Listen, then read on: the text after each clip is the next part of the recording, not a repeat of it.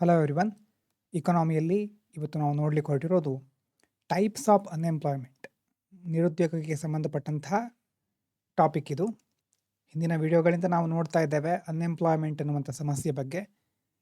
So ಇಲ್ಲಿ types of unemployment, ಮೊದಲನೇದು structural unemployment, ರಚನಾತ್ಮಕವಾದಂಥ ನಿರುದ್ಯೋಗ ಅಂತ ಕರೀತಾರೆ. ನಮ್ಮ ದೇಶದಲ್ಲಿ ಇರುವಂತಹ ಪ್ರಮುಖ ಸಮಸ್ಯೆ ಅಲ್ವಾ. ಈ ಕಡೆ ಇಮೇಜ್ ಸಹ ಇದೆ ನೋಡಿ.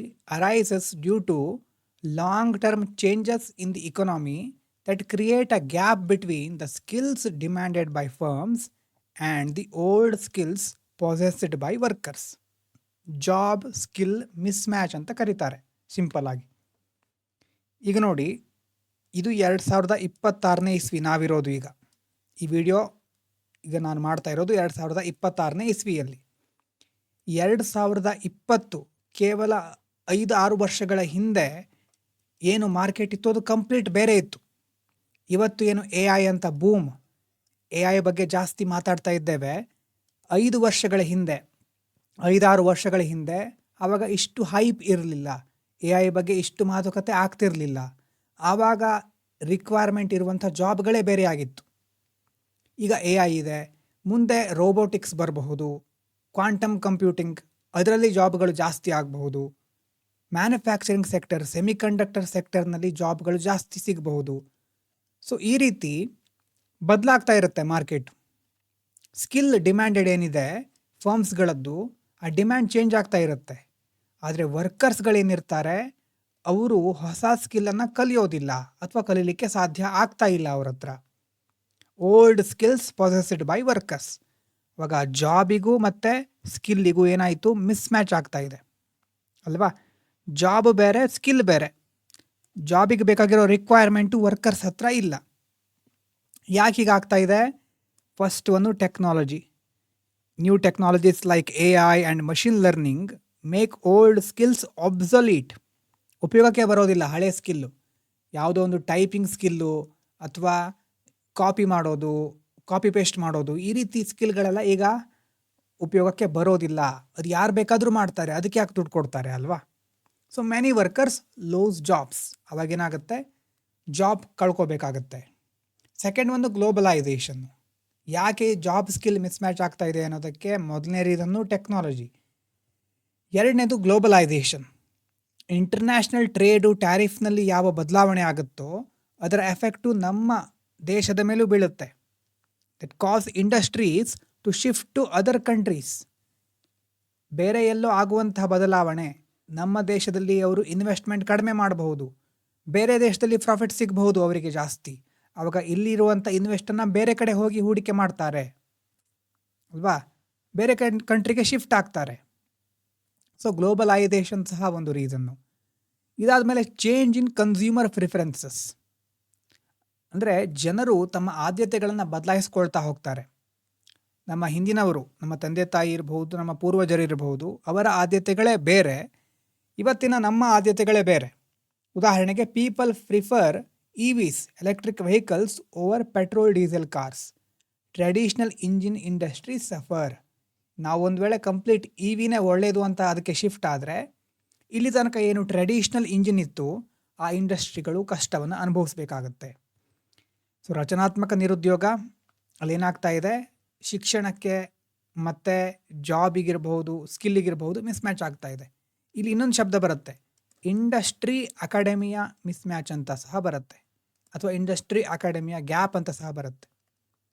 ಅಂದರೆ ಏನಾಗ್ತಾ ಇದೆ, ನೀವು ಇಷ್ಟು ವರ್ಷ 10-15 ವರ್ಷ ಏನು ಕಲ್ತಿದ್ದೀರಿ ಅಕಾಡೆಮಿಯಲ್ಲಿ ಅಥವಾ ಸ್ಕೂಲು ಕಾಲೇಜ್ನಲ್ಲಿ, ಆ ಕಲ್ತಿರುವಂತಹ ಶಿಕ್ಷಣಕ್ಕೂ ಇಂಡಸ್ಟ್ರಿಗೆ ಬೇಕಾಗಿರೋ ಸ್ಕಿಲ್ಲಿಗೂ ಮ್ಯಾಚೇ ಆಗ್ತಾ ಇಲ್ಲ, ಅಥವಾ ಅಲ್ಲಿ ದೊಡ್ಡ ಗ್ಯಾಪ್ ಇದೆ. ಇಂಡಸ್ಟ್ರಿಗೆ ಏನು ಬೇಕೋ ಅದು ನಿಮ್ಮ ಹತ್ರ ಇಲ್ಲ. So job skill miss match ಅಂತ ಸಹ ಅದಕ್ಕೆ ನಾವು ಹೇಳಬಹುದು, ಅಥವಾ ಇಂಡಸ್ಟ್ರಿ ಅಕಾಡೆಮಿಯ ಗ್ಯಾಪ್ ಅಂತ ಸಹ ಕೆಲವೊಂದು ಸಾರಿ ಕರೀತಾರೆ. ಅದಕ್ಕೆ ಕಾರಣ ಏನು ಅಂತ ನೋಡಿದ್ವಿ, ಟೆಕ್ನಾಲಜಿ, ಗ್ಲೋಬಲೈಸೇಷನ್ನು, ಕನ್ಸ್ಯೂಮರ್ ಪ್ರಿಫರೆನ್ಸ್. ಇನ್ನು ಇದರ ಜೊತೆ ಕೆಲಸದ ಅವಕಾಶ ಇದ್ದರೂ ಸಹ ಆ ಯುವಕರು ಅಥವಾ ಯಾರು ಕೆಲಸ ಮಾಡುವವರು ಕೆಲಸಗಳಿಗೆ ಬದಲಾಗೋದಿಲ್ಲ. ಅದನ್ನು ಇಮ್ಮೊಬಿಲಿಟಿ ಅಂತ ಕರೀತಾರೆ, ಜಡತ್ವ ಅಂತ ಹೇಳ್ಬೋದು. ಯಾಕೆ ಆ ಕೆಲಸಕ್ಕೆ ರೆಡಿ ಇಲ್ಲ ಯುವಕರು ಅಂತ ಕೇಳಿದರೆ ನೋಡಿ, inability to move to available jobs ಇದೆ, ಆದರೆ ಅದಕ್ಕೆ ಜಾಯ್ನ್ ಆಗ್ಲಿಕ್ಕೆ ಆಗ್ತಾ ಇಲ್ಲ. ಯಾಕಂತಂದರೆ ಮೊದಲನೇದು ಜಿಯೋಗ್ರಾಫಿಕಲ್ ಇಮ್ಮೊಬಿಲಿಟಿ. ಉದಾಹರಣೆಗೆ ಬೆಂಗಳೂರಿಗೆ ಹೋದರೆ ಜಾಬ್ ಸಿಕ್ಕಬಹುದು, ಆದರೆ ಬೆಂಗಳೂರಿಗೆ ಹೋಗಬೇಕಲ್ವಾ, ಅಲ್ಲಿ ಹೋಗಿ ಅಲ್ಲಿ ವಾತಾವರಣಕ್ಕೆ ನಮ್ಮನ್ನು ಸೆಟ್ ಮಾಡ್ಕೋಬೇಕು. ಆ ಒಂದು ಸಿಟಿಯಲ್ಲಿ ಮಾತ್ರ ಜಾಸ್ತಿ ಜಾಬ್ಸ್ಗಳಿದೆ. But a person from distant village, ಯಾವುದೋ ದೂರದ ಹಳ್ಳಿಯ ಒಬ್ಬ ವ್ಯಕ್ತಿ cannot migrate due to family or financial reason. ಕುಟುಂಬದ ಸಮಸ್ಯೆ ಇರಬಹುದು, ಹಣಕಾಸಿನ ತೊಂದರೆಗಳಿರಬಹುದು, ಹಾಗಾಗಿ ಅವನು ಬೆಂಗಳೂರಿಗೆ ಹೋಗ್ಲಿಕ್ಕೆ ಆಗೋದಿಲ್ಲ. ಜಿಯೋಗ್ರಾಫಿಕಲ್ ಇಮ್ಮೊಬಿಲಿಟಿ ಮೊದಲನೇ ರೀಸನ್ನು. ಹಾಗಾಗಿ ಜಾಬ್ಸ್ ಇದ್ದರೂ ಅದನ್ನು ಪಡ್ಕೊಳ್ಳಿಕ್ಕೆ ಆಗ್ತಾ ಇಲ್ಲ. ಎರಡನೇದು ಸ್ಕಿಲ್ ಬೇಸ್ಡ್ ಇಮ್ಮೊಬಿಲಿಟಿ. ಅಂದರೆ ಈಗ ಹೊಸ ಜಾಬ್ಸ್ಗಳಲ್ಲಿ ಹೊಸ ಸ್ಕಿಲ್ ಬೇಕು. New jobs demand new skills. ಹಳೆ ಅಕೌಂಟೆಂಟ್ ಅದೆಲ್ಲ ವರ್ಕ್ ಮಾಡ್ತಾ ಇರೋರು ಹೊಸ ಸ್ಕಿಲ್ಲನ್ನು ಕಲೀಲಿಕ್ಕೆ ಮುಂದಾಗದೇ ಇದ್ದರೆ ಅವರು ರಿಮೇನ್ ಅನ್ಎಂಪ್ಲಾಯ್ಡ್, ಹಾಗೆ ಕೆಲಸ ಇಲ್ಲದೆ ಇರಬೇಕಾಗತ್ತೆ. ಸೊ ಸ್ಕಿಲ್ ಬೇಸ್ಡ್ ಇಮ್ಮೊಬಿಲಿಟಿ ಇನ್ನೊಂದು. ಬೇರೆ ಕಡೆ ಹೋಗ್ಲಿಕ್ಕೆ ಆಗ್ತಾ ಇಲ್ಲ ಅಥವಾ ಬೇಕಾಗಿರೋ ಸ್ಕಿಲ್ಲನ್ನು ಕಲೀಲಿಕ್ಕೆ ಆಗ್ತಾ ಇಲ್ಲ. ಇನ್ನೊಂದು ಇಂಡಸ್ಟ್ರಿಯಲ್ ಇಮ್ಮೊಬಿಲಿಟಿ. ಕೆಲವೊಂದು ಸಾರಿ ಹೋಲ್ ಇಂಡಸ್ಟ್ರಿ ಶಟ್ ಡೌನ್ ಆಗಿಬಿಡುತ್ತೆ. ಟೈಪ್ ರೈಟರ್ ಇಂಡಸ್ಟ್ರಿ ಇರಬಹುದು. ಆವಾಗ ಅಲ್ಲಿರೋ ವರ್ಕರ್ಸ್ಗಳು ಸಡನ್ನಾಗಿ ಎಲ್ಲ ವರ್ಕರ್ಸ್ಗಳು ಬೇರೆ ಇಂಡಸ್ಟ್ರಿಗೆ ಶಿಫ್ಟ್ ಆಗ್ಲಿಕ್ಕೆ ಆಗೋದಿಲ್ಲ. Workers cannot shift to a totally different industry. ಈಗ ಕೇಳಿಸ್ತಾ ಇರ್ಬೋದು, ಒಂದು ಸಾರಿ ಸ್ಟಕ್ ಆಗಿತ್ತು ಇಲ್ಲಿ ಮಿಡ್ಲಲ್ಲಿ, ಮತ್ತೆ ಕಂಟಿನ್ಯೂ ಮಾಡ್ತೇನೆ. ಈಗ ಕೇಳಿಸ್ತಾ ಇದೆ ಅಂತ ಚೆಕ್ ಮಾಡ್ತೇನೆ, ಒಂದು ನಿಮಿಷ. ಎಸ್, ಅಂದರೆ ವರ್ಕರ್ಸು ಈಗ ಒಂದು ಇಂಡಸ್ಟ್ರಿ ಇದೆ, ಟೈಪ್ ರೈಟರ್ ಇಂಡಸ್ಟ್ರಿ ಅಂತ ಇಟ್ಕೊಳ್ಳೋಣ. ಆ ಕಂಪ್ನಿಲಿ ತುಂಬ ಜನ ಕಂಪ್ಯೂಟರ್ ವರ್ಕ್ ಮಾಡ್ತಾ ಇದ್ದಾರೆ. ಒಂದು 500 ಜನ. ದೊಡ್ಡ ಇಂಡಸ್ಟ್ರಿ ಅಂತ ಇಟ್ಕೊಂಡ್ರೆ ಅವರು ಸರ್ವಿಸ್ ಪ್ರೊವೈಡ್ ಮಾಡ್ತಾರೆ, ಕಂಪ್ಯೂಟರ್ ಸರ್ವಿಸ್ಗಳನ್ನು. ಈಗ AI ಬಂದಿದೆ. AI ಬಂದ ಮೇಲೆ ಆ ಒಂದು 500 ಜನರ ಕೆಲಸ ಹೋಗುತ್ತೆ, ಯಾಕಂದರೆ ಅದೆಲ್ಲವನ್ನು AI ಮಾಡುತ್ತೆ. ಈಗ ಇವರೇನು ಮಾಡಬೇಕು? 500 ಜನರನ್ನು ಒಂದೇ ಸಾರಿ ಕೆಲಸದಿಂದ ತೆಗೆದು ಹಾಕ್ತಾರೆ ಆವಾಗ. ಯಾಕಂತಂದ್ರೆ ಇವರಿಗೆ ಪ್ರಾಫಿಟ್ ಇಲ್ಲ, ಕಂಪನಿ ಓನರ್ಸಿಗೆ ಪ್ರಾಫಿಟ್ ಇಲ್ಲ. ಒಂದು ವೇಳೆ ಈ 500 ವರ್ಕರ್ಸು ಬೇಕಾಗಿರೋ ಸ್ಕಿಲ್ ಕಲಿತು ಇಂಡಸ್ಟ್ರಿಗೆ ಸೆಟ್ ಆದರೆ ಉಳ್ಕೊಳ್ತಾರೆ ಬೇರೆ ಜಾಬ್ಗಳಲ್ಲಿ, ಇಲ್ಲ ಅಂತಂದರೆ ಕಷ್ಟ ಆಗುತ್ತೆ. ಒಂದು ಕಡೆ AI ಫೀಲ್ಡಲ್ಲೂ ಕಾಂಪೀಟ್ ಮಾಡೋರು ಇರ್ತಾರೆ ಆಲ್ರೆಡಿ, ಅದ್ರ ಜೊತೆ ಬೇರೆ ಫೀಲ್ಡ್ ಅವರು ಬಂದರೆ ಆವಾಗ ಹೊರಗಿನ ಫೀಲ್ಡ್ ಅವರಿಗೆ ಬಹಳ ಕಷ್ಟ. ಹೊಸ ಇಂಡಸ್ಟ್ರಿಗೆ ಶಿಫ್ಟ್ ಆಗೋದು ಅಷ್ಟು ಸುಲಭ ಅಲ್ಲ. ಹಾಗಾಗಿ ಒಂದು ಜಿಯೋಗ್ರಾಫಿಕಲ್ ಇಮ್ಮೊಬಿಲಿಟಿ, ಸ್ಕಿಲ್ ಬೇಸ್ಡ್ ಇಮ್ಮೊಬಿಲಿಟಿ, ಆಮೇಲೆ ಇಂಡಸ್ಟ್ರಿಯಲ್ ಇಮ್ಮೊಬಿಲಿಟಿ, 3 ಮುಖ್ಯವಾದಂಥ ಕಾರಣಗಳು. ಇದು ಗೊತ್ತಾಗಿರ್ಬೋದು ಅಂದ್ಕೊಳ್ತೇನೆ. ಇನ್ನು ಇದಾದಮೇಲೆ ರಚನಾತ್ಮಕ ನಿರುದ್ಯೋಗ. ಈಗ ಏನು ಸ್ಟ್ರಕ್ಚರಲ್ ಅನ್ಎಂಪ್ಲಾಯ್ಮೆಂಟ್ ಅಂತ ಇಲ್ಲಿ ಡಿಸ್ಕಸ್ ಮಾಡಿದ್ದೇವೆ ಅಂತಂದರೆ ಜಾಬ್ ಸ್ಕಿಲ್ ಮಿಸ್ಮ್ಯಾಚ್ ಆಗೋದು, ಇಂಡಸ್ಟ್ರಿ ಅಕಾಡೆಮಿಯ ಗ್ಯಾಪ್ ಇರೋದು, ಇದನ್ನು ಹೇಗೆ ಸರಿಪಡಿಸೋದು, ಹಾಗಾದರೆ ಹೇಗೆ ನಿವಾರಿಸೋದು? ಅದಕ್ಕೆ ಸಂಬಂಧಪಟ್ಟ ಹಾಗೆ 2 ಮಾಡೆಲ್ ಇದೆ ಎಕನಾಮಿಯಲ್ಲಿ. ಒಂದು ಇಂಟರ್ವೆನ್ಷನಿಸ್ಟ್ ಅಪ್ರೋಚ್, ಇಂಟರ್ವೆನ್ಷನ್ ಮಾಡೋದು ಅಂತಂದರೆ ಮಧ್ಯಸ್ಥಿಕೆ ವಹಿಸೋದು. ಇನ್ನೊಂದು ಫ್ರೀ ಮಾರ್ಕೆಟ್ ಅಪ್ರೋಚ್. ನೋಡಿ, 2 economic models to remove structural unemployment. ಮೊದಲೇದನ್ನು ಇಲ್ಲಿ ನೋಡ್ತಾ ಇದ್ದೇವೆ, ಇಂಟರ್ವೆನ್ಷನಿಸ್ಟ್ ಅಪ್ರೋಚ್. ಅಂದರೆ ಗೌರ್ಮೆಂಟ್ ಇಂಟರ್ವ್ಯೂನ್ ಮಾಡ್ತಾ ಇದೆ ಡೈರೆಕ್ಟ್ಲಿ ಇನ್ ದಿ ಮಾರ್ಕೆಟ್. ಏನಾದರೂ ಅರ್ಥ? ಸರ್ಕಾರ ಕ್ರಮಗಳನ್ನು ಕೈಗೊಳ್ಳೋದ್ರ ಮೂಲಕ ತಾನು ಮಧ್ಯಸ್ಥಿಕೆ ವಹಿಸ್ತಾ ಇದೆ. ಉದಾಹರಣೆಗೆ implement free skill development schemes. ಈಗ ಸ್ಕಿಲ್ ಇಲ್ಲ, ಹಾಗಾಗಿ ಸ್ಕಿಲ್ ಡೆವಲಪ್ಮೆಂಟ್ ಕೋರ್ಸ್ಗಳನ್ನು ತಯಾರು ಮಾಡೋದು, ಅದನ್ನು ಯಾರಿಗೆ ಅವಶ್ಯಕತೆ ಇದೆಯೋ ಅವರಿಗೆ ಕೊಡೋದು, ಮತ್ತು ಹೊಸ ಟ್ರೈನಿಂಗ್ ಸೆಂಟರ್ಗಳನ್ನು ಎಸ್ಟಾಬ್ಲಿಷ್ ಮಾಡೋದು, ಮತ್ತು ಯಾರಿಗೆ ಈ ಜಿಯೋಗ್ರಾಫಿಕಲ್ ಇಮ್ಮೊಬಿಲಿಟಿ ಇದೆ, ಬೇರೆ ಕಡೆ ಮೂವ್ ಆಗಬೇಕಲ್ವ ಅವರಿಗೆ ರಿಲೊಕೇಶನ್ ಇನ್ಸೆಂಟಿವ್ಸ್ ಅಂತಂದರೆ ಬೇರೆ ಕಡೆ ಮೂವ್ ಆಗಲಿಕ್ಕೆ ಬೇಕಾದಂತಹ ಕೆಲವು ಸಹಾಯಧನ ಇರಬಹುದು, ಇನ್ಸೆಂಟಿವ್ಗಳನ್ನು ಕೊಡೋದು, ಹೊಸ ಸಿಟಿಗೆ ಅವರು ಮೂವ್ ಆಗ್ತಾರೆ. ಆದರೆ ಸಮಸ್ಯೆ ಏನು ಈ ಒಂದು ಅಪ್ರೋಚಲ್ಲಿ? ಆಪರ್ಚುನಿಟಿ ಕಾಸ್ಟ್ ಮತ್ತು ಟೈಮ್ ಲ್ಯಾಗ್. ಅಂತಂದರೆ ಆಪರ್ಚುನಿಟಿ ಕಾಸ್ಟ್ ಅಂತಂದರೆ ಸರ್ಕಾರ ಇಂಟರ್ವ್ಯೂನ್ ಆಗಿ ಇಷ್ಟೆಲ್ಲ ಮನಿಯನ್ನು ಖರ್ಚು ಮಾಡಬೇಕು, huge public money is needed. ಎಲ್ರಿಗೂ ಸ್ಕಿಲ್ ಕೊಡಬೇಕು, ರಿಲೋಕೇಟ್ ಮಾಡಬೇಕು, ಹೊಸ ಟ್ರೈನಿಂಗ್ ಸೆಂಟರ್ ಎಸ್ಟಾಬ್ಲಿಷ್ ಮಾಡಬೇಕು. ಅದೆಲ್ಲ ಮಾಡಲಿಕ್ಕೆ ಸರ್ಕಾರಕ್ಕೆ ಹಣ ಬೇಕು. ಸರ್ಕಾರಕ್ಕೆ ಹಣ ಅಂತಂದರೆ ಅದು ಜನರ ಟ್ಯಾಕ್ಸೇ ಅಲ್ವಾ? ಹಾಗಾಗಿ ಜನರ ಒಂದು ಹಣ ಜಾಸ್ತಿ ಬೇಕಾಗತ್ತೆ, ಸರ್ಕಾರ ಟ್ಯಾಕ್ಸ್ ಜಾಸ್ತಿ ಮಾಡಬಹುದು. So money used for training cannot be used for roads. At the same time ನಮಗೆ ತುಂಬ ಸಮಸ್ಯೆ ಇದೆ. ಆಪರ್ಚುನಿಟಿ ಕಾಸ್ಟು ನೆನ್ಪು ಮಾಡ್ಕೊಳ್ಳಿ. ಅಂದರೆ ಒಂದು ವೇಳೆ ಈ ಟ್ರೈನಿಂಗ್ ಸೆಂಟರು ಸ್ಕಿಲ್ಲಿಗೆ ಇನ್ವೆಸ್ಟ್ ಮಾಡಿದೇವೆ ಅಂತಂದರೆ ಆ ಹಣವನ್ನು ರೋಡ್ಸು, ಹಾಸ್ಪಿಟಲ್ಲು, ರೂರಲ್ ಇನ್ಫ್ರಾಸ್ಟ್ರಕ್ಚರಿಗೆ ಇನ್ವೆಸ್ಟ್ ಮಾಡಲಿಕ್ಕೆ ಆಗೋದಿಲ್ಲ. ಸೊ ಲಾಸ್ಟ್ ಬೆಸ್ಟ್ ಅಲ್ಟರ್ನೇಟಿವ್ ಅಲ್ವಾ? ಮತ್ತು ಯಾವುದು ಹಾಗಾದರೆ ನಾವು ಫೋಕಸ್ ಮಾಡೋದು ಅನ್ನುವಂಥ ಪ್ರಶ್ನೆ ಬರುತ್ತೆ. ಏನಾದರೂ ಒಂದನ್ನು ಆವಾಗ ಕಳ್ಕೋಬೇಕಾಗತ್ತೆ. ಸೊ ಮೊದಲನೇದು ಆಪರ್ಚುನಿಟಿ ಕಾಸ್ಟ್, ಎರಡನೇದು ಟೈಮ್ ಲ್ಯಾಗ್. ಈಗ ಒಂದು ಪರ್ಸನನ್ನು ಹೊಸ ಇಂಡಸ್ಟ್ರಿಗೆ ಅಥವಾ ಹೊಸ ಜಾಬಿಗೆ ಪ್ರಿಪೇರ್ ಮಾಡಬೇಕು ಅಂತಾದರೆ ಈಗಿನ ಕಾಲದಲ್ಲಿ ಚೆನ್ನಾಗಿ ಒಳ್ಳೆ ಜಾಬಿಗೆ ಪ್ರಿಪೇರ್ ಮಾಡಬೇಕು ಅಂತಾದರೆ 1-2 ವರ್ಷ ಆದರೂ ಬೇಕು. ಈಗೆಲ್ಲ ಕೋರ್ಸ್ಗಳಿರುತ್ತೆ 30 ದಿನಗಳಲ್ಲಿ ಎಲ್ಲ ಕಲ್ತು ಬಿಡ್ಬೋದು ಅಂತ ಅಲ್ವಾ? ಅದರ ಕಲ್ತು ಬಿಟ್ಟವರೇ ಜಾಸ್ತಿ ಇದ್ದಾರೆ, ಕಲ್ತು ಬಿಟ್ಬಿಡ್ತಾರೆ ಆಮೇಲೆ. ಹಾಗಾಗಿ ಆ ಥರ ಕೋರ್ಸ್ಗಳಿಗಿಂತ ಒಂದು ಇಂಡಸ್ಟ್ರಿಯಲ್ಲಿ ಸ್ಟ್ಯಾಂಡ್ ಆಗಬೇಕು ಅಂತಂದರೆ 6 months to 1 year, 6 ತಿಂಗಳಿಂದ 1 ವರ್ಷದ ತನಕ ಅಷ್ಟು ದೊಡ್ಡ ಕೋರ್ಸ್ಗಳನ್ನು ಅಥವಾ ಅಷ್ಟು ಜ್ಞಾನವನ್ನು ಪಡ್ಕೋಬೇಕಾಗತ್ತೆ. ಕೋರ್ಸ್ ಎಷ್ಟು ದಿವಸ ಬೇಕಾದರೂ ಇರಲಿ, AI ಬಗ್ಗೆ ಸಹ ಕೋರ್ಸ್ಗಳಿರುತ್ತೆ ಅಲ್ವಾ? ಈ ರೀತಿ ಕೋರ್ಸ್ಗಳು ನಿಮಗೆ 30 ದಿನದಲ್ಲಿ AI ಕಲಿಸ್ತೇನೆ ಅಂತ ಹೇಳ್ತಾರೆ. ಆದರೆ ಎಕ್ಸ್ಪ್ಲೋರ್ ನೀವೇ ಮಾಡಿದಾಗ ಅದರಲ್ಲಿ ಹೆಚ್ಚು ಕಲಿಬಹುದು. ಮತ್ತು ಕೆಲವೊಂದು ಜೆನ್ಯೂನ್ ಕೋರ್ಸ್ಗಳು ಇರುತ್ತೆ 6 ತಿಂಗಳು 1 ವರ್ಷದ್ದು.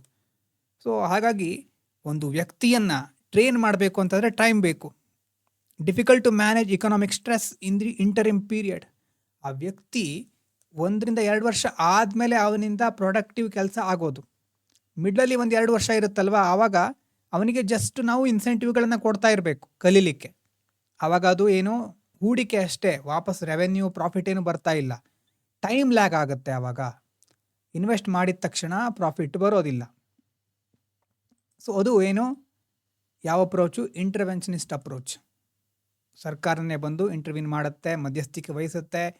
ಅಭಿವೃದ್ಧಿ ಯೋಜನೆ, ಕೌಶಲ್ಯಾಭಿವೃದ್ಧಿ, ತರಬೇತಿ ಕೇಂದ್ರ, ಪ್ರೋತ್ಸಾಹಧನ ಕೊಡೋದು. ಆದರೆ ಬೇರೆ ಮುಖ್ಯವಾದ ವಿಷಯಗಳಿಗೆ ಆ ಹಣವನ್ನು ಬಳಸಲಿಕ್ಕೆ ಸಾಧ್ಯ ಆಗೋದಿಲ್ಲ. ಅವಕಾಶ ವೆಚ್ಚ, ಆಪರ್ಚುನಿಟಿ ಕಾಸ್ಟ್ ಅಂತ ಕರೀತೇವೆ. ಸೊ ಟೈಮು ಬೇಕು, ಮತ್ತು 1-2 ವರ್ಷ ಟೈಮ್ ಬೇಕಾಗುತ್ತೆ. ಆ ಟೈಮ್ನಲ್ಲಿ ಎಕನಾಮಿಕ್ ಸ್ಟ್ರೆಸ್ ಜಾಸ್ತಿ ಆಗಬಹುದು. ಎರಡನೇ ಮೆಥಡ್ ಏನು ಅಂತಂದರೆ, ಅಥವಾ ಎರಡನೇ ಅಪ್ರೋಚ್ ಯಾವುದು ಅಂತಂದರೆ ಫ್ರೀ ಮಾರ್ಕೆಟ್ ಅಪ್ರೋಚ್. ಗೌರ್ಮೆಂಟ್ ಏನು ಮಾಡದೇ ಇರೋದು, government does not interfere, market is left free. ಮೊದಲನೇ ಅಪ್ರೋಚಲ್ಲಿ ಏನಂತ ಕರೆದ್ವಿ? ಇಂಟರ್ವೆನ್ಷನಿಸ್ಟ್ ಅಪ್ರೋಚ್. ಸರ್ಕಾರ ಮಿಡ್ಲಲ್ಲಿ ಬಂದು ಏನಾದರೂ ಕ್ರಮ ಕೈಗೊಳ್ಳಲಿಕ್ಕೆ ಆಗುತ್ತಾ ಅಂತ ನೋಡ್ತಾ ಇದೆ. ಇದರಲ್ಲಿ ಸರ್ಕಾರ ಇಲ್ಲ, ಏನೂ ಮಾಡೋದು ಬೇಡ, ಮಾರ್ಕೆಟೇ ಡಿಸೈಡ್ ಮಾಡಲಿ. When unemployment benefits are reduced, people try harder and accept any available job to earn a living. So ಆವಾಗ ಅನ್ಎಂಪ್ಲಾಯ್ಮೆಂಟ್ ಕ್ವಿಕ್ಲಿ ಫಾಲ್ ಆಗುತ್ತೆ ಅಂತ ಹೇಳ್ತಾರೆ. ಏನಿದ್ರ ಅರ್ಥ? ಸರ್ಕಾರ ಏನೂ ಮಾಡೋದಿಲ್ಲ, ಈ ಅನ್ಎಂಪ್ಲಾಯ್ಮೆಂಟ್ ಬೆನಿಫಿಟನ್ನು ಕಟ್ ಮಾಡಿದರೆ ಜನ ಹೊಟ್ಟೆಪಾಡಿಗೋಸ್ಕರ ಪ್ರಯತ್ನ ಪಟ್ಟು ಯಾವುದಾದ್ರೂ ಒಂದು ಕೆಲಸವನ್ನು ಸೇರಿಕೊಳ್ತಾರೆ.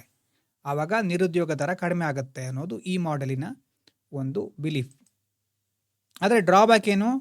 This destroy social security, social welfare and equity of the poor and workers ಅಲ್ವಾ? ಮಾರ್ಕೆಟನ್ನು ಹಾಗೆ ಫ್ರೀ ಬಿಟ್ಟರೆ ಬಡವರು ಇರ್ತಾರೆ, ಎಲ್ಲರೂ ಒಂದೇ ಲೈನಿಂದ ರೇಸನ್ನು ಸ್ಟಾರ್ಟ್ ಮಾಡೋದಿಲ್ಲ. ಇದು ಗೊತ್ತಿರಬೇಕು ನಮಗೆ. ಒಂದು ರೇಸ್ ಇದೆ, ಇಲ್ಲಿ ಯಾವ ರೇಸ್ ಇದೆ? ಸೋಷಿಯಲ್ ಜಸ್ಟಿಸ್ ಅನ್ನುವಂಥ ರೇಸ್ ಇದೆ. ಸೋಷಿಯಲ್ ಜಸ್ಟಿಸ್ ಅನ್ನುವಂಥ ರೇಸ್ನಲ್ಲಿ ಬಡವ ಇರೋದು ಬಹಳ ಹಿಂದೆ, ಶ್ರೀಮಂತ ಹಣದಿಂದ ಮುಂದಿರ್ತಾನೆ, ಉಳ್ಳವರು ಅದೇ ರೀತಿ ಪ್ರಮುಖವಾದ ವರ್ಗದವರು ಮುಂದಿರ್ತಾರೆ. ಆದರೆ ಹಿಂದಿನಿಂದ ಇರುವಂತಹ ಈ ಬಡವನಿಗೆ ಅಥವಾ ಕೆಳವರ್ಗದವರಿಗೆ ಅಲ್ಲಿ ಹೆಚ್ಚು ಸಮಸ್ಯೆಗಳು ಬರುತ್ತೆ. ಸರ್ಕಾರ ಇಂಟರ್ವ್ಯೂನ್ ಮಾಡದೇ ಇದ್ದರೆ ಹಣ ಇರೋರು ಮುಂದೆ ಹೋಗ್ತಾನೆ ಇರ್ತಾರೆ, ಬಡವ ಯಾವತ್ತೂ ಹಿಂದುಳಿಬೇಕಾಗತ್ತೆ. ಸರ್ಕಾರದ ಮಧ್ಯಸ್ಥಿಕೆ ಇಂಪಾರ್ಟೆಂಟು. ಕಂಪ್ಲೀಟ್ ಮಾರ್ಕೆಟಿಗೆ ಬಿಟ್ಟರೂ ಸಹ ಅಲ್ಲಿ ನಾವು ಕೆಲವು ಸಮಸ್ಯೆಗಳನ್ನು ನೋಡ್ತೇವೆ. ಪುವರ್ ಪೀಪಲ್ಗಳಿಗೆ ಜಾಸ್ತಿ ಕಷ್ಟ ಆಗುತ್ತೆ. ಸೊ ಇದು ಯಾವ ನಿರುದ್ಯೋಗ? ಇದು structural unemployment. Job skill mismatch ಆಗೋದು. 3 ಮುಖ್ಯವಾದ ಕಾರಣಗಳು: ಟೆಕ್ನಾಲಜಿ, ಗ್ಲೋಬಲೈಸೇಷನ್ನು, ಕನ್ಸ್ಯೂಮರ್ ಪ್ರಿಫರೆನ್ಸು, ಮತ್ತು ಮೊಬಿಲಿಟಿ. ಇಮೊಬಿಲಿಟಿಯಲ್ಲಿ geographical, skill based, industrial. 2 model ಇದೆ, ಇಂಟರ್ವೆನ್ಷನಿಸ್ಟ್ ಮತ್ತು free market approach. Next type of unemployment ಯಾವುದು? ಸೀಸನಲ್ ಅನ್ಎಂಪ್ಲಾಯ್ಮೆಂಟ್ ಅಂತಂದರೆ work is available only in certain seasons. ಕೃಷಿ ವಲಯ ಅಥವಾ ಕೆಲವೊಂದು ಪ್ರಮುಖವಾದಂಥ ಕೈಗಾರಿಕೆಗಳು ಕೆಲವು ತಿಂಗಳು ಮಾತ್ರ ಅಥವಾ ಕೆಲವು ಋತುಗಳಲ್ಲಿ ಮಾತ್ರ ವರ್ಕ್ ಇರುತ್ತೆ, not throughout the year. Potter makes lamps and idols for festivals like Diwali and Ganesha Chaturthi for 3 to 4 months. For the remaining 8 months they have no work or income. ಮಡಿಕೆ ಮಾಡೋನು ಅಥವಾ ಮಣ್ಣಿನ ಮೂರ್ತಿಗಳನ್ನು ಮಾಡುವವರು ಹಬ್ಬ ಬಂದಾಗ ಅವರಿಗೆ ಕೆಲಸ ಜಾಸ್ತಿ. ಆಮೇಲೆ ಹಬ್ಬ ಇಲ್ಲದೆ ಇರಬೇಕಾದ್ರೆ ಉಳಿದ ತಿಂಗಳುಗಳಲ್ಲಿ ವರ್ಕು ಇರೋದಿಲ್ಲ, ಇನ್ಕಮು ಇರೋದಿಲ್ಲ. ಅಗ್ರಿಕಲ್ಚರಲ್ಲೂ ನೋಡಬಹುದು, ಟೂರಿಸಮ್ ಸೆಕ್ಟರಲ್ಲೂ ಸಹ ನೋಡಬಹುದು. ಡಿಸೆಂಬರ್ ಟೈಮು, ಜನವರಿಯಲ್ಲಿ ಟೂರಿಸಮ್ ಜಾಸ್ತಿ ಇರುತ್ತೆ. ಅದೇ ಈಗ ಮಳೆಗಾಲ ಬಂದಾಗ ಕೆಲವೊಂದು ಪ್ರದೇಶಗಳಿಗೆ ಜಾಸ್ತಿ ಇರುತ್ತೆ, ಆದರೆ ಓವರಾಲ್ ಆಗಿ ವರ್ಷದ ಕೆಲವು ತಿಂಗಳುಗಳಲ್ಲಿ ಮಾತ್ರ ಟೂರಿಸಮ್ ಸೆಕ್ಟರ್ ಜಾಸ್ತಿ ಗ್ರೋ ಆಗ್ತಾ ಇರುತ್ತೆ. ಇದು seasonal unemployment. Throughout the ಇಯರಲ್ಲಿ ನಮಗೆ ಕೆಲವು ತಿಂಗಳುಗಳು, ಕೆಲವು ಋತುಗಳಲ್ಲಿ ಮಾತ್ರ ಕೆಲಸ ಸಿಗೋದು, ಉಳಿದಿರೋ ತಿಂಗಳಲ್ಲಿ ಅನ್ಎಂಪ್ಲಾಯ್ಮೆಂಟ್, ಸೀಸನಲ್ ಅನ್ಎಂಪ್ಲಾಯ್ಮೆಂಟ್ ಅಂತ ಕರೀತಾರೆ. ಇನ್ನೊಂದಿದೆ ಫ್ರಿಕ್ಷನಲ್ ಅನ್ಎಂಪ್ಲಾಯ್ಮೆಂಟ್. ಅಂದರೆ ಇದು ಯಾಕಾಗತ್ತೆ ಅಂತಂದರೆ due to time taken in matching job seekers with job opportunities because of lack of information. ಅಂದರೆ ಮಾರ್ಕೆಟಲ್ಲಿ ಜಾಬು ಇರುತ್ತೆ, ಉದ್ಯೋಗದ ಅವಕಾಶವೂ ಇರುತ್ತೆ, ಜಾಬನ್ನು ಬೇಕು ಅಂತ ಬಯಸ್ತಾ ಇರೋ ಯುವಕರು ಇರ್ತಾರೆ, ಅರ್ಹತೆ ಇರೋ ಯುವಕರು ಇರ್ತಾರೆ. ಆದರೆ ಇವರ ನಡುವೆ ಮಾಹಿತಿ ವಿನಿಮಯ ಇರೋದಿಲ್ಲ, ಲ್ಯಾಕ್ ಆಫ್ ಇನ್ಫಾರ್ಮೇಷನ್ ಫ್ಲೋ. ಹಾಗಾಗಿ ಜಾಬಿನ ಅವಶ್ಯಕತೆ ಯಾರಿಗಿದೆಯೋ ಅವ್ರಿಗೆ ಇದರ ಇನ್ಫಾರ್ಮೇಷನ್ನೇ ಇಲ್ಲ. ಒಂದು ಕಂಪ್ನಿ ಇದೆ, ಓಕೆನಾ, IT ಕಂಪ್ನಿ ಇರಬಹುದು, ಯಾವುದೇ ಇರಬಹುದು. ಅಲ್ಲಿ 10 ಜನ ಹೊಸ ಕೆಲಸಗಾರರು ಬೇಕಾಗಿದ್ದಾರೆ, ಎಂಪ್ಲಾಯೀಸ್ ಬೇಕಾಗಿದ್ದಾರೆ. ಆ ಕಂಪ್ನಿ ಇರೋದು ಬೆಂಗಳೂರಲ್ಲಿ. ಆದರೆ ಇಲ್ಲಿ ಯಾವುದೋ ಬೀದರ್, ಗುಲ್ಬರ್ಗಾದಲ್ಲಿ 10 ಜನ ಅನ್ಎಂಪ್ಲಾಯ್ಡ್ ಇದ್ದಾರೆ. ಕೆಲಸ ಬೇಕು ಇವರಿಗೆ, ಇವರು ಕೆಲಸ ಹುಡುಕ್ತಾ ಇದ್ದಾರೆ, ಇಲ್ಲಿ ಕೆಲಸ ಕೊಡ್ಲಿಕ್ಕೆ ಕಾಯ್ತಾ ಇದ್ದಾರೆ. ಆದರೆ ಇವ್ರ ನಡುವೆ ಕಮ್ಯುನಿಕೇಷನ್ನೇ ಇಲ್ಲ. ಆವಾಗೇನಾಯಿತು ಅಲ್ವಾ? ಇವರು ಅನ್ಎಂಪ್ಲಾಯ್ಮೆಂಟ್ ಅದರಲ್ಲೇ ಇರಬೇಕಾಗತ್ತೆ, ನಿರುದ್ಯೋಗದಲ್ಲೇ ಇರಬೇಕಾಗತ್ತೆ. ಸೊ ಜಾಬ್ ಸೀಕರ್ಸು ಮತ್ತು ಜಾಬ್ ವೇಕೆನ್ಸಿ ಎರಡರ ನಡುವೆ ಇನ್ಫಾರ್ಮೇಷನ್ ಫ್ಲೋ ಇರೋದಿಲ್ಲ. Even when jobs and qualified people exist, it takes 2 to 3 months to search, apply, attend interviews and get the right job. ಅಂದರೆ ಈಗಿನ ಕಾಲದಲ್ಲಂತೂ ಜಾಬ್ ಸರ್ಚ್ ಮಾಡೋದು, ನೀವು ಟ್ರೈ ಮಾಡಿದರೆ ಗೊತ್ತಿರಬಹುದು, ಸರ್ಚ್ ಮಾಡೋದು ಬಹಳ ಕಷ್ಟ.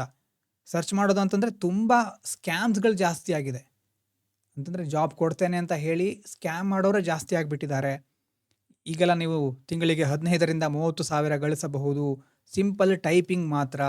ಅಥವಾ ಇನ್ನೊಂದು ಯಾವುದೋ ಬರುತ್ತಲ್ವ, ಯಾವುದು ಈಗ ನಂಗೆ ನೆನಪಾಗ್ತಾ ಇಲ್ಲ, ಅದರ ಹೆಸರು ಏನೋ ಇದೆ ನೋಡಿ, ಟೈಪ್ ಮಾಡೋದು ಅಥವಾ ಕಾಪಿ ರೈಟಿಂಗು, ಆ ರೀತಿಯಾದಂಥ ಜಾಬ್ಗಳು ಈಗ ಬರ್ತಾನೆ ಇರುತ್ತೆ, ಸ್ಕ್ಯಾಮ್ಸ್ಗಳು. ಅಂದರೆ ಬಹಳ ಹುಷಾರಾಗಿರಬೇಕಾಗತ್ತೆ. ನೀವು ಒಂದು ವೇಳೆ ಜಾಬಿಗೆ ಸರ್ಚ್ ಮಾಡ್ತಾ ಇದ್ದರೆ ದಯವಿಟ್ಟು ಲಿಂಕ್ಡ್ಇನ್ ಪ್ರೊಫೈಲನ್ನು ಕ್ರಿಯೇಟ್ ಮಾಡ್ಕೋಬೇಕು. ಲಿಂಕ್ಡ್ಇನ್ ಮೂಲಕ ಸರ್ಚ್ ಮಾಡಬಹುದು. ಮತ್ತು ಅಲ್ಲೂ ಸಹ ಸ್ಕ್ಯಾಮ್ಗಳು ಆಗೋದಿಲ್ಲ ಅಂತಲ್ಲ, ಯಾವತ್ತೂ ಸಹ ಜಾಬ್ ಪಡ್ಕೊಳ್ಳೋಕ್ಕಿಂತ ಮುಂಚೆನೇ ಅಪ್ಲಿಕೇಶನ್ ಫೀಸ್ಗಳು ಅಂತ ಹೇಳ್ಕೊಂಡು ದುಡ್ಡು ತಗೋತಾರೆ. ಆ ಥರ ಕೊಡೋಕ್ಕೆ ಹೋಗಬೇಡಿ. ನೀವೇ ದುಡ್ಡು ಕೊಟ್ಟು ನಿಮ್ಗೆ ಜಾಬ್ ಪಡ್ಕೋಬೇಕು ಅಂತಂದರೆ ಅದು ಜಾಬ್ ಅಲ್ಲ, ಅದು ಸ್ಕ್ಯಾಮ್. ಅರ್ಥ ಆಗ್ತಾ ಇದೆಯಾ? ಅಪ್ಲಿಕೇಶನ್ ಫೀಸಿಗೆ ಒಂದು 5,000 ಕೇಳ್ತಾರೆ, 2,000 ಕೇಳ್ತಾರೆ. ಆ ಥರ ಸಹ ನೀವು ಒಳ್ಳೆ ಕೊಡಲಿಕ್ಕೆ ಸ್ಟಾರ್ಟ್ ಮಾಡಿದರೆ ಮುಂದೆ ಅದು ಸ್ಕ್ಯಾಮು ಅಂತ ಗೊತ್ತಾಗುತ್ತೆ. ಸೊ ಯಾವುದೇ ಕಾರಣಕ್ಕೂ ಒಂದು ₹100 ಒಳಗಡೆ, ₹200 ಒಳಗಡೆ ಕೆಲವರು ಅಷ್ಟು ತಗೊಂಡು ಪರಾರಿ ಆಗಿಬಿಡ್ತಾರೆ.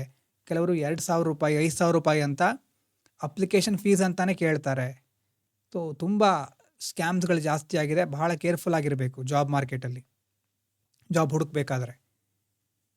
ಮತ್ತು ಒಂದು ಡೈರೆಕ್ಟಾಗಿ ಫಿಸಿಕಲ್ ಆಗಿ ಹೆಚ್ಚು ಜಾಬ್ ಸಿಕ್ಕಿದರೆ ಒಳ್ಳೆಯದು. ಈಗಿನ ಕಾಲದಲ್ಲಿ ಆನ್ಲೈನ್ ಜಾಬ್ಗಳಲ್ಲೇ ಸ್ಕ್ಯಾಮ್ಗಳು ಜಾಸ್ತಿ ಆಗ್ತಾ ಇದೆ. ನಿಮ್ಮ ಸುತ್ತಮುತ್ತಲೇ ಯಾವುದಾದ್ರು ಒಂದು ಜಾಬ್ ಇರಬಹುದು ನಿಮ್ಮ ಸಿಟಿಯಲ್ಲಿ, ಅದನ್ನು ಹೆಚ್ಚು ಪ್ರಿಫರ್ ಮಾಡೋದು ಒಳ್ಳೆಯದು ನನ್ನ ಪ್ರಕಾರ.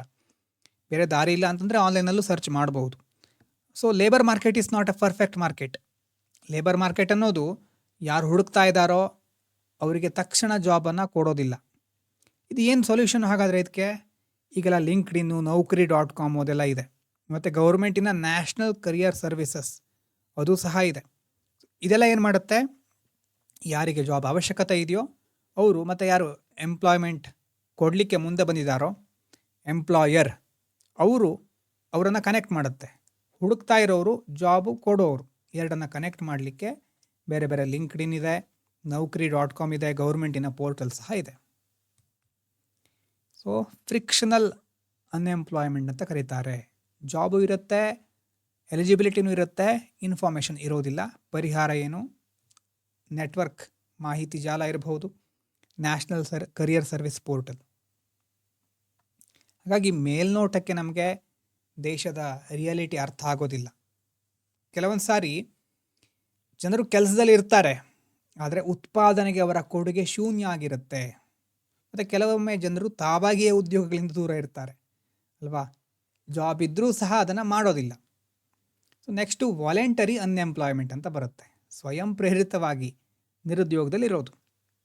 Person refuses to do a job even if offer is available to him because salary or facilities are not satisfactory. He waits for a better offer. ಈಗ ಒಬ್ಬ ವ್ಯಕ್ತಿ ಇದ್ದಾನೆ, ಅವನಿಗೆ ಜಾಬ್ ಆಫರ್ ಬಂದಿದೆ, ಕೆಲಸ ಮಾಡಬಹುದು. ಆದರೆ ಅವನೇನು ಮಾಡ್ತಾ ಇರ್ತಾನೆ, ನನ್ನ ಲೆವೆಲಿನ ಜಾಬ್ ಅಲ್ಲ ಇದು, ಇದಕ್ಕಿಂತ ಚೆನ್ನಾಗಿರೋ ಜಾಬ್ ಬೇಕು ನನಗೆ ಸ್ಯಾಲ್ರಿ ಇಷ್ಟು ಸಾಕಾಗೋದಿಲ್ಲ. He is waiting for better offer. ಆ ಥರ ಆಫರಿಗೋಸ್ಕರ ವೇಟ್ ಮಾಡ್ತಾ ಇರೋದು. ಇದು ಏನು? ವಾಲಂಟರಿ ಅನ್ಎಂಪ್ಲಾಯ್ಮೆಂಟ್ ಅಲ್ವಾ. ಆ್ಯಕ್ಚುಲಿ ಆಫರ್ ಅವನ ಮುಂದೆನೇ ಇದೆ, ಆದರೆ ಅವನು ಅಕ್ಸೆಪ್ಟ್ ಮಾಡ್ತಾ ಇಲ್ಲ. ವಾಲಂಟರಿಯಾಗಿ ನಾನು ಮತ್ತೊಂದು ಆಫರ್ ಬರೋ ತನಕ ಹೀಗೆ ಇರ್ತೇನೆ ಅಂತ ಡಿಸೈಡ್ ಮಾಡ್ತಾ ಇದ್ದಾನೆ. ಫ್ರಿಕ್ಷನಲ್ಲಿ ಬೇರೆ, ವಾಲಂಟರಿ ಬೇರೆ. ಫ್ರಿಕ್ಷನಲ್ಲಿ ಜಾಬ್ ಸರ್ಚು ಅಲ್ವಾ, ಸರ್ಚ್ ಇದೆ, ಜಾಬ್ ಹುಡುಕ್ತಾ ಇದ್ದಾರೆ, ಆದರೆ ಸೂಟೇಬಲ್ ಜಾಬ್ ಎಲ್ಲಿದೆ ಅಂತ ಗೊತ್ತಿಲ್ಲ ಅಷ್ಟೇ. ವಾಲಂಟರಿಯಲ್ಲಿ ಜಾಬ್ ಸರ್ಚು ಅಂದರೆ ಎಂಡ್ ಆಗಿದೆ, ಹತ್ರನೇ ಇದೆ, ಮುಂದ್ಗಡೆನೇ ಇದೆ ಆಫರು, ಜಾಬ್ ಆಫರ್ ಇದೆ, ಆದರೆ ಈ ವ್ಯಕ್ತಿನೇ ರಿಜೆಕ್ಟ್ ಮಾಡ್ತಾ ಇದ್ದಾನೆ, ಇನ್ನೂ ಬೆಟರ್ ಆಫರ್ ಬರಲಿ ಅಂತ. ಅದು ವಾಲಂಟರಿ ಅನ್ಎಂಪ್ಲಾಯ್ಮೆಂಟ್. ಇನ್ನೊಂದು ಅಂಡರ್ ಎಂಪ್ಲಾಯ್ಮೆಂಟ್ ಅಂತಂದರೆ ಕೆಳ ಹಂತದ್ದು. ಕೆಲಸ ಸಿಕ್ಕಿರುತ್ತೆ, person has a job, but it is below his actual qualification, skills or total capacity. PhD engineering ಅಥವಾ ಯಾವುದಾದ್ರೂ ದೊಡ್ಡ ಶಿಕ್ಷಣವನ್ನು ಪಡ್ಕೊಂಡಿರ್ತಾರೆ, ಆದರೆ ಬೇರೆ ಅವಕಾಶ ಸಿಗದೇನೋ ಅಥವಾ ಬೇರೆ ಬೇರೆ ಕಾರಣಗಳಿಂದ ಆಫೀಸ್ ಬಾಯ್ ಅಥವಾ ಸ್ವೀಪರ್ ಆಗಿ ಕೆಲಸ ಮಾಡ್ತಾ ಇರ್ತಾರೆ. ಈ ಕೆಲಸ ಚಿಕ್ಕದು ಅಂತ ಅಲ್ಲ, ಆ್ಯಕ್ಚುಲಿ ಇವರಿಗೆ ಸಿಕ್ಕಿತ್ತಲ್ವ ಸ್ಕಿಲ್ಲು, ಅದು ವೇಸ್ಟ್ ಆಗ್ತಾ ಇದೆ ಅಂತ. ಯಾವ ಕೆಲಸನೂ ಚಿಕ್ಕದು ದೊಡ್ಡದು ಅಂತ ಅಲ್ಲ, ಇವರು ಯಾವ ಸ್ಕಿಲ್ಲನ್ನು ಪಡ್ಕೊಂಡಿದ್ರೋ ಅದಕ್ಕೆ ಸರಿಯಾದ ಜಾಬ್ ಸಿಗ್ತಾ ಇಲ್ಲ, ಹಾಗಾಗಿ ಬೇರೆ ಕೆಲಸ ಮಾಡಬೇಕಾದ ಅವಶ್ಯಕತೆ ಬರ್ತಾ ಇದೆ. ಇನ್ನು time based, ready to work 40 hours a week but gets work only 20 to 30 hours. ಒಂದು ಸ್ಕಿಲ್ ಅಥವಾ ಎಜುಕೇಷನ್ ಬೇಸ್ಡ್ ಅಂಡರ್ ಎಂಪ್ಲಾಯ್ಮೆಂಟು ಅಂದರೆ ಯಾವುದನ್ನು ಓದಿದಾರೋ, ಯಾವ ಸ್ಕಿಲ್ ಇದೆಯೋ ಅದಕ್ಕೆ ತಕ್ಕ ಉದ್ಯೋಗ ಸಿಗದೇ ಇರೋದು. ಇನ್ನೊಂದು ಟೈಮ್ ಬೇಸ್ಡ್ ಅಂದರೆ 40 hour ವರ್ಕ್ ಮಾಡಲಿಕ್ಕೆ ನೀವು ರೆಡಿ ಇದ್ದೀರಿ, ಆದರೆ ನಿಮಗೆ 20 to 30 hour ಮಾತ್ರ ವರ್ಕ್ ಸಿಗ್ತಾ ಇದೆ ಒಂದು ವಾರದಲ್ಲಿ, ಅದು ಅಂಡರ್ ಎಂಪ್ಲಾಯ್ಮೆಂಟ್. ಇದು ಮುಂದಿಂದು ಬಹಳ ಇಂಟ್ರೆಸ್ಟಿಂಗ್ ಆಗಿದೆ, ಡಿಸ್ಗೈಸ್ಡ್ ಅನ್ಎಂಪ್ಲಾಯ್ಮೆಂಟ್. ನಮ್ಮ ದೇಶದಲ್ಲಿ ಬಹಳ ಕೃಷಿ ವಲಯದಲ್ಲಿ ಕಂಡುಬರುವ ದೊಡ್ಡ ಸಮಸ್ಯೆ ಇದು. ಅಂದರೆ ಏನು, more people are working in an occupation than actually required. ಕೆಲಸ ಮಾಡಲಿಕ್ಕೆ 5 ಜನ ಸಾಕು, ಆದರೆ ಆ ಕೆಲಸ ಮಾಡಲಿಕ್ಕೆ ಎಷ್ಟು ಜನ ಇದ್ದಾರೆ? ಈಗ 15 ಜನ ಇದ್ದಾರೆ. ಆ್ಯಕ್ಚುಲಿ ರಿಕ್ವೈರ್ಡ್ ಎಷ್ಟು? 5 ಜನ ಸಾಕಿತ್ತು, ಆದರೆ ಜಾಸ್ತಿ 15 ಜನ ಹೋಗಿ ಕೆಲಸ ಮಾಡ್ತಾ ಇದ್ದಾರೆ. They appear to be working, ನೋಡಿದರೆ ಕೆಲಸ ಮಾಡ್ತಾ ಇದ್ದಾರೆ, but their contribution to output is 0. 5 ಜನ ಮಾಡಬಹುದಾದ ಕೆಲಸ ಅದು, 15 ಜನ ಬಂದರೆ ಉಳಿದಿರೋ 10 ಜನರ ಕಾಂಟ್ರಿಬ್ಯೂಷನ್ ಏನು? 0. ಆ್ಯಕ್ಚುಲಿ 5 ಜನರ ಔಟ್ಪುಟ್ಟಿಗೆ ತಕ್ಕದಾದಂಥ ಕೆಲಸ ಅದು. ಉಳಿದಿರೋರು ತಮ್ಮ ಟೈಮು ಎನರ್ಜಿಯನ್ನು ವೇಸ್ಟ್ ಮಾಡ್ತಾ ಇದ್ದಾರೆ.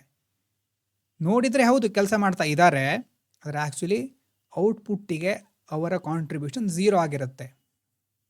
ಅದಕ್ಕೇನಂತ ಕರೀತಾರೆ? ಡಿಸ್ಗೈಸ್ಡ್ ಅನ್ಎಂಪ್ಲಾಯ್ಮೆಂಟ್, ಮರೆಮಾಚೋದು ಅಂತ ಹೇಳ್ಬೋದು ಕನ್ನಡದಲ್ಲಿ. ಇಂಥ ಶಬ್ದಕ್ಕೆ ಸ್ಪೆಸಿಫಿಕ್ ಆಗಿ ಇದೇ ಅರ್ಥ ಅಂತ ಇಲ್ಲ. ಇನ್ನೊಂದು ಮಾರ್ಜಿನಲ್ ಪ್ರೊಡಕ್ಟಿವಿಟಿ ಇಸ್ 0. ಇಲ್ಲಿ ಬರೋದು ಮಾರ್ಜಿನಲ್, ಸೀಮಾ ಅಂತ ಹೇಳ್ಬೋದು. ಅಂದರೆ ಒಂದು ಉದಾಹರಣೆ ಇದೆ ನೋಡಿ, ಆ ಕಡೆ ಇಮೇಜು ಇದೆ, ಇಲ್ಲಿ ಕನ್ನಡದಲ್ಲಿ ಒಂದು ಸಾರಿ ಹೇಳ್ತೇನೆ. ಒಂದು ಕೃಷಿ ಭೂಮಿ ಇದೆ ರಾಮಣ್ಣಂದು, 2 ಎಕರೆ ಭತ್ತದ ಜಮೀನಿದೆ. ಮೊದಲನೇ ಟೈಮ್ ಸ್ಟೇಜಲ್ಲಿ 10 ಕಾರ್ಮಿಕರು ಇರ್ತಾರೆ. ಜಮೀನಿನಲ್ಲಿ 10 ಜನ ಕಾರ್ಮಿಕರು ಕೆಲಸ ಮಾಡ್ತಾ ಇದ್ದಾರೆ. 10 ಜನರ ಶ್ರಮದಿಂದ 1000 kg ಭತ್ತ ಉತ್ಪಾದನೆ ಆಗುತ್ತೆ. ಈಗ ರಾಮಣ್ಣ ಏನು ಮಾಡ್ತಾನೆ? 11 ಕಾರ್ಮಿಕರನ್ನು, ಅಂದರೆ ಒಬ್ಬನನ್ನು ಎಕ್ಸ್ಟ್ರಾ, ಮತ್ತೊಬ್ಬ ಹೆಚ್ಚುವರಿ ಕಾರ್ಮಿಕನನ್ನು ಕೆಲಸಕ್ಕೆ ಸೇರಿಸ್ಕೊಳ್ತಾನೆ. ಆ ಒಬ್ಬ ಕಾರ್ಮಿಕ ಎಕ್ಸ್ಟ್ರಾ ಬಂದಿರೋದ್ರಿಂದ ಒಟ್ಟು ಭತ್ತದ ಉತ್ಪಾದನೆಯಲ್ಲಿ ಎಷ್ಟಾಯಿತು? 50 ಕೆ ಜಿ ಏರಿಕೆ ಆಯಿತು. ಅಂದರೆ 11ನೇ ವ್ಯಕ್ತಿಯಿಂದ ಮಾರ್ಕೆಟಿಗೆ ಎಕ್ಸ್ಟ್ರಾ ಕಾಂಟ್ರಿಬ್ಯೂಷನ್ ಎಷ್ಟು? 50 ಕೆ ಜಿ. ಈಗ ಮತ್ತೊಬ್ಬನನ್ನು ಸೇರಿಸ್ಕೊಳ್ತಾನೆ ರಾಮಣ್ಣ, 12ನೇ ವ್ಯಕ್ತಿಯನ್ನು ಕೆಲಸಕ್ಕೆ ಸೇರಿಸ್ಕೊಳ್ತಾನೆ. ಆದರೆ 12ನೇ ವ್ಯಕ್ತಿ ಕೆಲಸ ಮಾಡಿದರೂ ಸಹ ಆ ಜಮೀನಿನ ಒಟ್ಟು ಉತ್ಪಾದನೆಯಲ್ಲಿ ಎಷ್ಟು? 1050 ಕೆ ಜಿನೇ ಇರೋದು, ಯಾವುದೇ ಚೇಂಜಸ್ ಆಗೋದಿಲ್ಲ. ಅಂದರೆ ಈಗ 12ನೇ ವ್ಯಕ್ತಿ ಏನು ಬಂದಿದ್ದಾನೆ, ಅವನು ಬೆವರು ಹರಿಸಿ ಕೆಲಸ ಮಾಡ್ತಾ ಇದ್ದಾನೆ, ಅವನು ಕಷ್ಟಪಡ್ತಾ ಇದ್ದಾನೆ. ಆದರೆ ಟೋಟಲ್ ಔಟ್ಪುಟ್ಟಲ್ಲಿ 1 ಕೆ ಜಿನೂ ಹೆಚ್ಚಾಗಿಲ್ಲ. ಅಂದರೆ ಆ ವ್ಯಕ್ತಿಯ ಮಾರ್ಜಿನಲ್ ಪ್ರೊಡಕ್ಟಿವಿಟಿ ಈಸ್ 0. ಆ 12ನೇ ವ್ಯಕ್ತಿಯನ್ನು ಕೆಲಸದಿಂದ ಹೊರಗೆ ಹಾಕಿದ್ರೂ ಸಹ ಔಟ್ಪುಟ್ ಕಡಿಮೆ ಆಗೋದಿಲ್ಲ ಅಲ್ವಾ, ಈಲ್ಡ್ ಕಡಿಮೆ ಆಗೋದಿಲ್ಲ. ಸೊ ಇಂಥ ವ್ಯಕ್ತಿಯನ್ನು ಮರೆಮಾಚಿದ ನಿರುದ್ಯೋಗಿ ಅಥವಾ ಡಿಸ್ಗೈಸ್ಡ್ ಅನ್ಎಂಪ್ಲಾಯ್ಡ್ ಪರ್ಸನ್ ಅಂತ ಹೇಳ್ಬೋದು. ಜಾಯಿಂಟ್ ಫ್ಯಾಮಿಲಿಗಳಲ್ಲಿ ಈ ಥರ ಜಾಸ್ತಿ ಕಂಡುಬರುತ್ತೆ. ಅಂದರೆ ನೋಡಿ, ಇಲ್ಲಿ ಗೊತ್ತಾಗಿರ್ಬೋದು ಈಗಾಗಲೇ, ಮೊದಲನೇ ಸ್ಟೇಜಲ್ಲಿ 10 ವರ್ಕರ್ಸ್ ಇದ್ದರು, ಒಬ್ಬನನ್ನು ಆ್ಯಡ್ ಮಾಡ್ತಾನೆ, 50 ಕೆ ಜಿ ಜಾಸ್ತಿ ಆಯಿತು ಔಟ್ಪುಟ್ಟು. ಮತ್ತೊಬ್ಬರನ್ನ ಆ್ಯಡ್ ಮಾಡಿದಾಗಲೂ ಔಟ್ಪುಟ್ ಅಷ್ಟೇ ಇದೆ. ಆ 12ನೇ ವರ್ಕರ್ ಏನಿದ್ದಾನೆ ಅವನು ಎಕ್ಸ್ಟ್ರಾ, ಅವನು ಬೇಕಾಗಿರಲಿಲ್ಲ ಆ್ಯಕ್ಚುಲಿ, ಅವನನ್ನು ಸೇರಿಸ್ಕೊಂಡ್ರೂ ಸಹ ಔಟ್ಪುಟ್ಟಲ್ಲಿ ಯಾವುದೇ ಬದಲಾವಣೆ ಆಗಿಲ್ಲ. That's why we call 12th worker as, are the marginal productivity of the 12th worker is 0. ಹಾಗಾಗಿ ದಿಸ್ ವರ್ಕರ್ ಈಸ್ ಡಿಸ್ಗೈಸ್ಡ್ಲಿ ಅನ್ಎಂಪ್ಲಾಯ್ಡ್ ಅಂತ ಹೇಳ್ತೇವೆ. ಸೊ ಮರೆಮಾಚಿದ ನಿರುದ್ಯೋಗ, ಡಿಸ್ಗೈಸ್ಡ್ ಅನ್ಎಂಪ್ಲಾಯ್ಮೆಂಟ್ ಅಂತಂದ್ರೆ ಏನು? ಬೇಕಾಗಿರೋದಕ್ಕಿಂತ ಹೆಚ್ಚು ಜನ ಆ ಕೆಲಸ ಮಾಡ್ತಾ ಇದ್ದಾರೆ. ಹಾಗಾಗಿ ಔಟ್ಪುಟ್ ಅಷ್ಟೇ ಇರುತ್ತೆ, ಜಾಸ್ತಿ ಜನರ ಟೈಮು, ಎನರ್ಜಿ, ಮನಿ ವೇಸ್ಟ್ ಆಗ್ತಾ ಇರಬಹುದು. ಅವರು ಬೇರೆ ಕೆಲಸ ಮಾಡಿದರೆ ಅಲ್ಲಿ ಔಟ್ಪುಟ್ ಆದರೂ ಜಾಸ್ತಿ ಆಗ್ತಾ ಇತ್ತು. ಇದೇ ಕೆಲಸದಲ್ಲಿ ಔಟ್ಪುಟ್ ಫಿಕ್ಸ್ ಆಗಿದೆ, ಹೆಚ್ಚು ಜನ ಇದ್ದಾರೆ ಅಷ್ಟೇ, ಔಟ್ಪುಟ್ಟಲ್ಲಿ ಇನ್ಕ್ರೀಸ್ ಆಗಿಲ್ಲ. ಓಕೆನಾ? ಈಸಿ ಇದೆ ನೋಟ್ಸು, ಕನ್ನಡದಲ್ಲಿ ಚೆನ್ನಾಗಿದೆ, ಓದ್ಬೋದು. Thank you so much. ಮುಂದಿನ ವಿಡಿಯೋದಲ್ಲಿ ಕಂಟಿನ್ಯೂ ಮಾಡೋಣ. ಮುಗಿಸಿದರೆ ಡನ್ ಅಂತ ಕಮೆಂಟ್ ಮಾಡಿ.